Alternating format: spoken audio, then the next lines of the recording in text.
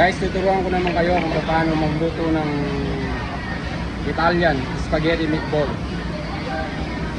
Ito nga pala yung ingredients niya. Meron tayong spicy garlic oil, pizza sauce, at marinara sauce, at saka meatballs. Yan. At syempre, hindi mawawala ang pang-sprinkle natin dyan, yung basil at saka parmesan. At ito naman yung spaghetti. Okay guys, mag-start na tayo magluto. Ilalagay ko na una yung spicy garlic oil.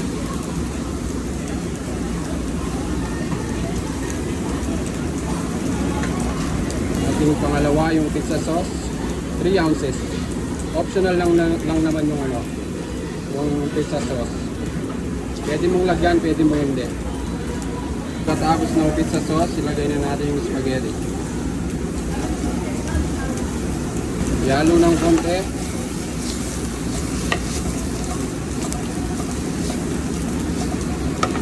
Tapos ilagay yung ating marinara sauce.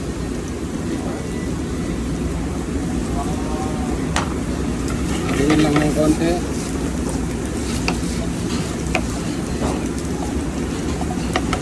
Okay. Pagkatapos mahalo, ilagay ang basil.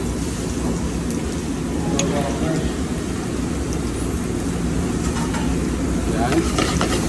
Haluin din. Pagkatapos nun, sunod natin ang meatballs.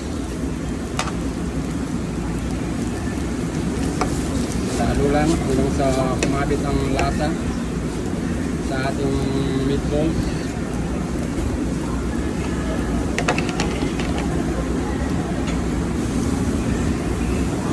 Ito na po siya guys. Italian meatballs spaghetti.